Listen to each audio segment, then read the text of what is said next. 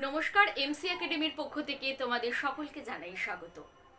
আজকের ভিডিওতে আমি তোমাদের জানাবো জার্নালিজম অ্যান্ড মাস কমিউনিকেশনের মধ্যে বেসিক পার্থক্যটা কি, আদৌ কোনো পার্থক্য আছে কিনা। স্কুল, কলেজ বা বিশ্ববিদ্যালয় স্তরে এই সাবজেক্টটা জার্নালিজম অ্যান্ড মাস কমিউনিকেশন নামে কেন পড়ানো হয়, কেন অন্য কোনো বা শুধু মাস কমিউনিকেশন বা শুধু জার্নালিজম নয়, কেন কেন একসঙ্গে পড়ানো হয়। এবং তার সঙ্গেই তোমাদের জানাবো যারা এই সাবজেক্টটা নিয়ে পড়বে বলে তোমরা ডিসাইড করেছো উচ্চ মাধ্যমিকের পর, তাদের জন্যে যে তারা বাংলা না ইংরেজি কোন মাধ্যমে বা কোন ল্যাঙ্গুয়েজে এই সাবজেক্টটাকে তোমরা পড়তে পারো। অনেকেই তোমরা ভাবো যে এই সাবজেক্টটা হয়তো ইংলিশ ছাড়া পড়া যায় না, বা এটা আমি বাংলায় নিতে পারবো কি। তো এই বিষয় সম্পর্কে আজকের ভিডিওতে আমি আলোচনা করব। তার আগে বলে রাখি, যদি আজকের ভিডিওটি তোমাদের ভালো লাগে, যদি তোমাদের ইনফরমেটিভ এবং ভ্যালুয়েবল বলে মনে হয়, তাহলে অবশ্যই আমাদের চ্যানেলটা লাইক করো, কমেন্ট করো, শেয়ার করো এবং জার্নালিজম অ্যান্ড মাস কমিউনিকেশন সম্পর্কিত আরও অনেক ইনফরমেশন পাওয়ার জন্য আমাদের চ্যানেলটা অবশ্যই সাবস্ক্রাইব করো এবং পাশে থাকা বেল আইকনটা অবশ্যই ক্লিক করো। সাংবাদিকতা শব্দটা বহু প্রাচীন। গণজ্ঞাপন বা মাস কমিউনিকেশন এই ওয়ার্ডটা ব্যবহারের অনেক আগে থেকেই কিন্তু সাংবাদিকতা আমরা শুনে আসছি। সাংবাদিকতা এই যে কথাটা, এটা একেবারে শুরুর দিকে যারা খবরের কাগজের সঙ্গে যে ব্যক্তিরা যুক্ত থাকতো তাদেরকে সাংবাদিক বলতো এবং তাদের প্রফেশনটাকে সাংবাদিকতা বলা হতো। কিন্তু বর্তমানে এই সাংবাদিকতা শুধুমাত্র খবরের কাগজের সঙ্গে কিন্তু শুধুমাত্র জড়িয়ে নেই। এই সাংবাদিকতায় এখন এসে পড়েছে, যত দিন যাচ্ছে যুগের যত পরিবর্তন এসছে, নতুন নতুন টেকনোলজি আবিষ্কার হয়েছে, সেরকমই আমরা জানি যে রেডিও, টেলিভিশন, এখন ওয়েব মিডিয়া বা ইন্টারনেট আসার পর থেকে এরকম প্রচুর পোর্টাল, সোশ্যাল মিডিয়া, এই ধরনের ডিজিটাল মিডিয়া, এই সমস্ত কিছুর জবে থেকে আবির্ভাব হয়েছে এই গণমাধ্যম, মানে সাংবাদিকতায় যে খবরের কাগজ ছিল বা শুধুমাত্র মুদ্রণ মাধ্যম ছিল, সেখানে কিন্তু এখন চলে এসছে কি কি, রেডিও, টিভি এবং নিউ মিডিয়া। এই তিনটে মিডিয়া কিন্তু এখন চলে এসছে সাংবাদিকতার মধ্যে। বর্তমানে সাংবাদিকতা জগতের বিপুল পরিবর্তন ঘটেছে। আমাদের ভারতবর্ষে 1780 সালে ভারতবর্ষের যে সাংবাদিকতার প্রথম জন্ম জেমস অগাস্টাস হিকির হাত ধরে। তার সংবাদপত্রের নাম ছিল বেঙ্গল গেজেট। কিন্তু বর্তমানে কিন্তু সাংবাদিকতা শুধুমাত্র সংবাদপত্রের মধ্যে সীমাবদ্ধ নয়। আমি একটু আগেই জানালাম যে এর মধ্যে কিন্তু আরও বেশ কিছু মিডিয়া চলে এসছে সাংবাদিকতার মধ্যে, কারণ যত দিন যাচ্ছে টেকনোলজি তো আরও অ্যাডভান্স হচ্ছে, তো স্বাভাবিক সেটাই হবে। সাংবাদিকতা কথাটা গণজ্ঞাপনের মধ্যে পড়লেও বর্তমানে বিভিন্ন স্কুল, কলেজ, বিশ্ববিদ্যালয়গুলোতে কোর্সের নাম দেওয়া হয় জার্নালিজম অ্যান্ড মাস কমিউনিকেশন। কেন না, আমি বললাম যে সাংবাদিকতার মধ্যে তো 4টে মিডিয়া, 5টা মিডিয়া পড়েই যাচ্ছে সাংবাদিকতার মধ্যে, কিন্তু মাস কমিউনিকেশন শুধুমাত্র এই 4-5টা মিডিয়ার মধ্যেও সীমাবদ্ধ নয়, তার বাইরেও কিন্তু মাস কমিউনিকেশনের পরিসরটা আছে। মানে মাস কমিউনিকেশনের পরিসরটা অনেকটা বেশি বিস্তৃত সাংবাদিকতার তুলনায়, জার্নালিজমের তুলনায়। প্রথম দিকে সাংবাদিকতা বলতে প্রধানত সংবাদপত্রকেই বোঝানো হতো, কিন্তু পরবর্তীকালে সাংবাদিকতার প্রয়োজনেই সাংবাদিকতার সঙ্গে যুক্ত, মানে সংবাদপত্রে বিজ্ঞাপন ছাপানো শুরু হলো, বিভিন্ন কলাম, কবিতা, এই ধরনের অনেক কিছু লেখা শুরু হলো এবং তারপরেই রেডিও, টেলিভিশন আসতে থাকলো, বিনোদনের মধ্যে ভাসলো সাধারণ মানুষ। তো সাংবাদিকতার যে ধারাবাহিক যে প্যাটার্ন, সেটাকেও একটু পরিবর্তন করতে হলো। মাধ্যমের সঙ্গে যুক্ত থাকতে গেলে বেসিক কিছু আইন কানুনও জানতে হবে। তার জন্য প্রত্যেকটা জার্নালিজম স্টুডেন্টদের বা যে কোনো জার্নালিস্টদের মিডিয়া ল বা সেই লগুলো জানতে হবে। তাই জন্য এই সাবজেক্টের মধ্যে এখন আইন কানুনও পড়ানো হয়, কারণ প্রত্যেকেরই সেটা জানা দরকার যারা জার্নালিজম নিয়ে পড়তে চাইছো। এইটা এলো, তারপরে জনসংযোগ এলো, মানুষের সঙ্গে তোমার কোনো ইনস্টিটিউট বলো বা কোনো ইন্ডিভিজুয়াল ব্যক্তি বলো বা কোনো কোম্পানি বলো, তাদের পাবলিক রিলেশন করা, তাদের ইমেজকে মানুষের কাছে তুলে ধরা, এই সমস্ত কিছু, ভিডিওগ্রাফি এলো। এই ধরনের অনেক অনেক পড়াশোনা, যেগুলো কি হলো না, মাস কমিউনিকেশন কমিউনিকেশনের মধ্যে চলে এলো। তাহলে মাস কমিউনিকেশনের মধ্যে কিন্তু সাংবাদিকতাও আসছে, মাস কমিউনিকেশনের মধ্যে কিন্তু জনসংযোগ বা পাবলিক রিলেশন আসছে, এর মধ্যে আসছে বিজ্ঞাপন, এর মধ্যে আচ্ছা ফিল্ম আসছে, হ্যাঁ, কারণ এটা একটা ফিল্মেরও অংশ, তার মানে ফিল্মও আসছে। ফিল্মের অংশ বলতে কি বললাম, কারণ ফিল্ম মানেই তো একটা মাস কমিউনিকেশন, অনেক মাসের সাথে তো তুমি কমিউনিকেট করছো তোমার কন্টেন্টটাকে, তার মানে ফিল্ম স্টাডিজও পড়ানো হচ্ছে, মিডিয়া ল অ্যান্ড এথিক্স পড়ানো হচ্ছে।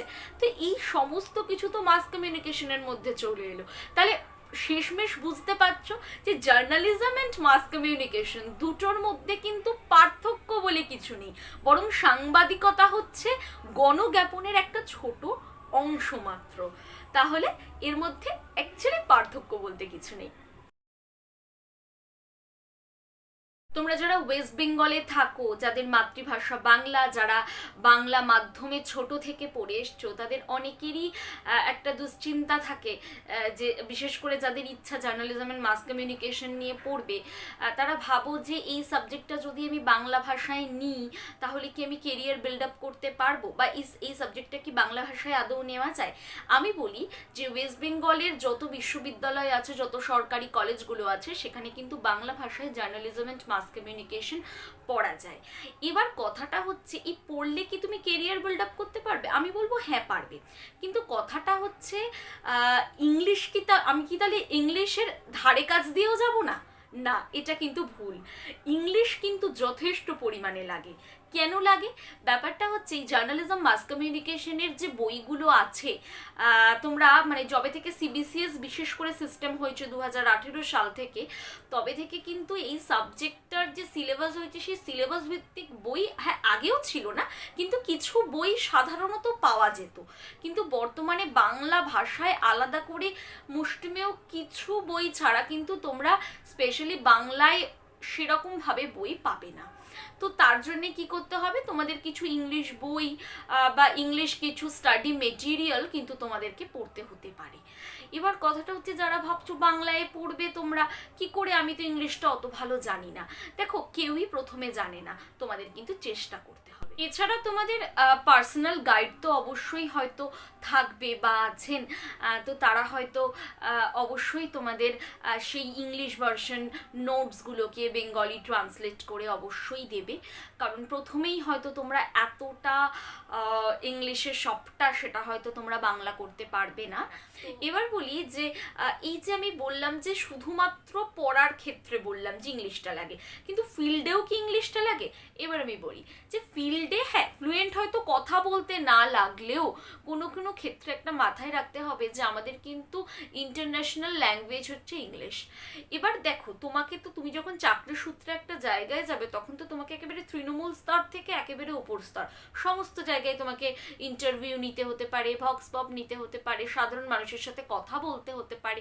তুমি নিজেও জানো না যে তোমাকে কোথায় পাঠানো হবে, তুমি তো এক্ষুনি গ্রাউন্ড রিপোর্ট করছো না, তোমাকে পেজ 3 রিপোর্টও করতে হতে পারে, তোমাকে কোনো পৌরসভায় গিয়ে কথা বলতেও হতে পারে, তোমায় কোন বিটে তোমাকে দেবে তুমি কিন্তু সেটা জানো না। তো সেক্ষেত্রে কিন্তু তোমার মিনিমাম ইংলিশ, আমি এটা বলছি না যে ফ্লুয়েন্ট দরকার, মিনিমাম ইংলিশটা কিন্তু জানা দরকার, সেটা আমি বলছি ওয়েস্ট বেঙ্গল পারপাস। আর ওয়েস্ট বেঙ্গলের বাইরে তো অবশ্যই ইংলিশ জানতে হবে, সেটা নিয়ে তো বলার কোনো কথাই নয়।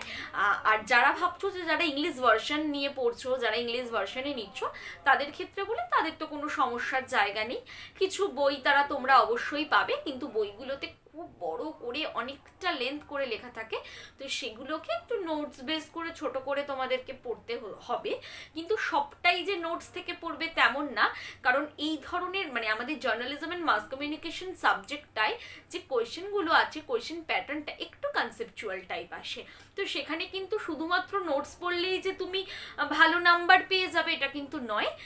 সব থেকে বড় কথা হচ্ছে সাবজেক্টটাকে বোঝা, যে যে টপিকগুলো তুমি পড়ছো সেই টপিকগুলোকে বোঝা।